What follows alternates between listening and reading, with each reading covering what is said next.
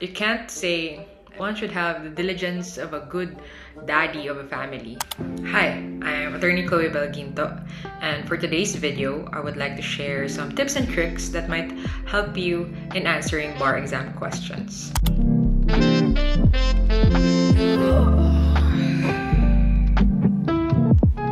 A little backstory. So back in law school, it used to take me 4 hours to finish a 20-question exam. Usually, yung exams for subjects are patterned after the bar exam.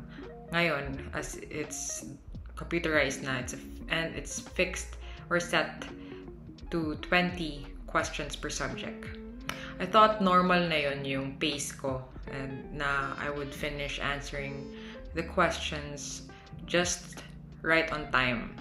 But when I talked to a professor of mine, sabi niya na when she took the bar exam, she only needed 2 hours to answer, and then the rest she spent proofreading. Parang in my mind, like, huh? 2 hours? 20 questions? Paano yun? So, nung nagre-review ako, that was the challenge. I was practicing to finish answering within 2 hours, so I could have enough time proofreading. There, I realized na tama nga naman na it's not enough na you finish on the dot kasi you still have to cover or proofread what you've read. So, nakatulong yun na you finish ahead of time. But then again, that's not the only consideration na you finish fast kasi at the end of the day, you should still have a good answer, a correct one at that. So here are 4 C's that might be easier to remember when you're practicing or answering bar exam questions. So, my 4 C's were correctness, clarity, conciseness, and coherence. So, if you keep those 4 things in mind, I think you will not have a hard time crafting an answer that is direct to the point and would have sound legal basis. So, let's start. In sa correctness, you have to read enough para nga makapagbigay ka ng tamang sagot. The bar exam is a test of knowledge of how much you know sa general rule, sa exceptions, and sa exceptions to exceptions. Next is you have to be familiarized with the keywords or terms na you have to use. Kasi law is a precise language, di ba? Parang you can't say one should have the diligence of a good daddy of a family. It's father. Parang those 2 words are synonymous. Pero, di ba? We use father, not daddy. Kasi it changes the connotation ng sentence. And lastly, siguro, when you have to cover the nuances of the law, which means na dapat may enough baon ka of case laws or jurisprudence during the bar exam kasi it will help you din. Kasi think the general rule or the exceptions might be different when it comes to the bar exam question itself kasi the examiner might change the facts here and there. So, kailangan you should know the case law na basis nun. And if magkaiba yung facts sa case law, syempre hindi rin yun ang i-apply mo. So, the second one is clarity. So, clarity, big sabihin, after reading the question, your answer should be a direct answer or categorical answer dun sa issue ng question. So, number 1, you have to stick to the issue. Don't beat around the bush. And if the question is asking a parang objective type, ibigay mo kaagad. Pero most questions naman talaga now sa bar exam starts with yes or no. So, you have to be decisive sa answer mo. And then, use precise language, as I've said, and simplify it. Kasi, kumbaga, there's clarity kapag less ambiguous nga yung words na gagamitin mo. and sometimes simpler is the better way to go. Next is you have to organize your answer logically. You can follow whatever format that may have been more comfortable for you. Kasi nung time namin, parang may CRA yung nilabas na format. Pero ako, sanay talaga ako sa ALAC. So, I still stuck with ALAC. Yun lang, I made it sure na parang nasa 4 or 5 sentences na lang yung answer ko. Para it's easier for the examiner to read then my answers and understand, see na I know my foundations. Ganun. Excuse me. Next one is conciseness. So, conciseness, big sabihin, is, well, very closely tied to clarity. Na you have to keep it short and simple, and the answer is direct. So, if it's yes or no, you give it yes or no. Then, within that first sentence, you explain na why. Kasi from there, parang sa first sentence pa lang, malalaman na ng examiner na may alam ka, na alam mo yung issue, na yun din, na tama yung sagot mo. Kasi minsan, if, for example, you just say, no, the law is not unconstitutional, period. Sa next sentence pa malalaman, parang may big reveal pa sa next following sentence kung ano yung basis mo. It would be helpful if sa first sentence pa lang gets na ng examiner ano yung sagot mo or yung legal basis ng sagot mo. And then, you try to avoid unnecessary jargon sa answers nyo. If you have a rich vocabulary, it would still help. Pero, yun nga, based na rin sa style book na nirelease ng Supreme Court, they are discouraging the use of archaic legalese language. So that means avoid nyo yung where to, for, here, on to, parang ganon. Although kung magamit pa naman ako ng therefore, syempre that's simpler. Therefore and hence. Parang ganon na lang.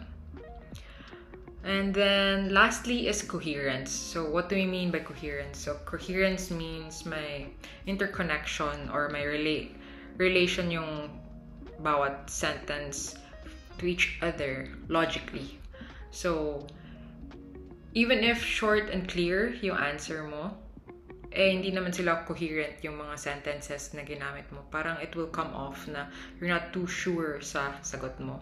So, use connectors wisely. And yun again, follow a format na you're comfortable with. Another, this is a format that might not be sa pag-answer talaga, but in your analysis, so in legal analysis, it really helps if you know IRAC. IRAC is the issue, rule, application, and conclusion. So if you've trained your brain enough na ganun mag-isip, it's really easier to answer bar exam questions. You first identify ano yung issue spotting nga, very important. Then you give the rule na applicable sa issue, application to the facts, and then you conclude.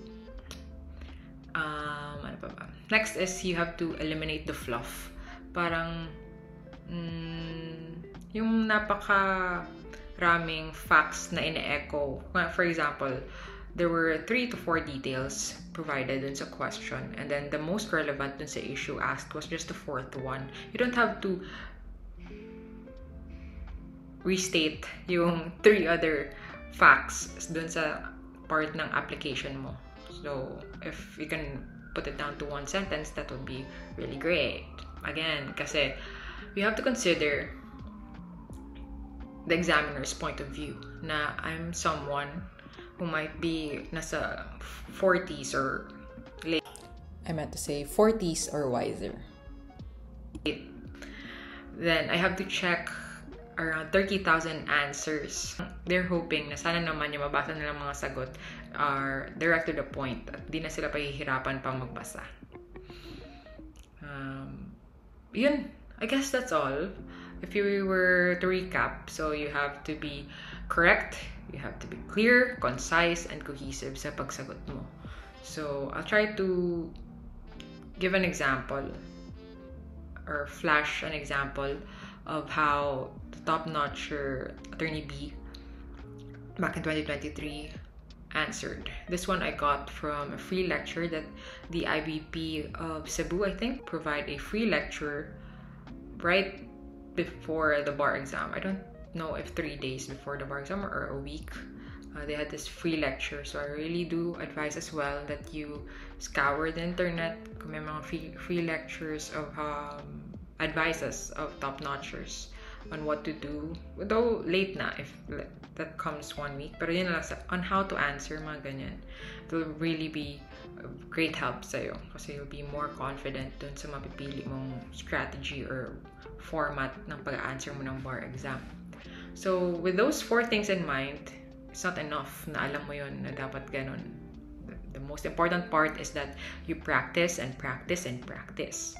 And so in practicing sa pag-answer ng bar exam questions, it would be really better if you try to answer shotgun. So what I mean answer shotgun, ibig sabihin, don't read the suggested answer first. Try it on your own. Craft an answer. Actually, sa akin, hindi ko na sinusulat kasi time consuming. I just do it in my head quietly, or I would orally craft an answer na around 4 or 5 sentences lang. So, malaking tulong yun. I did that every day. Siguro mga 4 to 5 questions na per year, depende din sa subject na sinastudy ko sa araw na yun. I'd keep doing that. So, number 1, I'll be familiarized with the frequently asked questions. Kasi most questions naman talaga parang nandun lang sa fundamentals na naitanong na dati. Ikaw rin, it would greatly benefit you na alam mo na yung mga possible questions na ganun. Diba? Parang sure points na yun for you. Next is, when you're practicing kasi, parang you're building muscle, and over time, muscle memory na yung pagsagot. Kaya, kakayanin mo na ngayon na within 2 hours, you'll finish answering.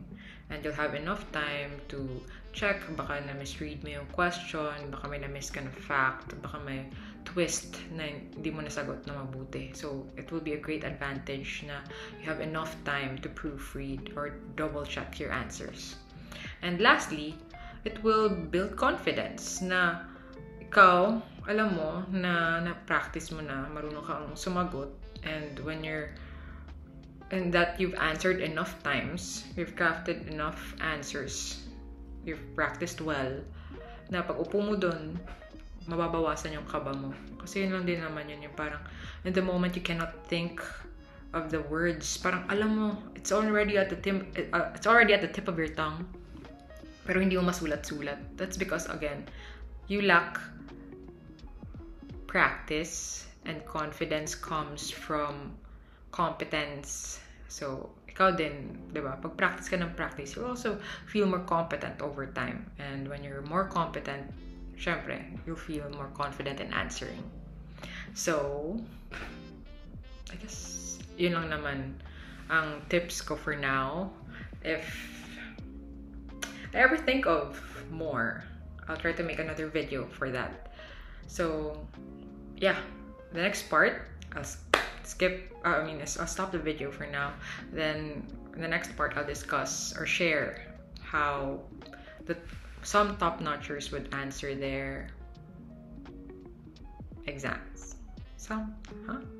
Okay, here we have the suggested answer of attorney Ephraim B. I hope I pronounced that right. During the Civil Law 2023 bar exam.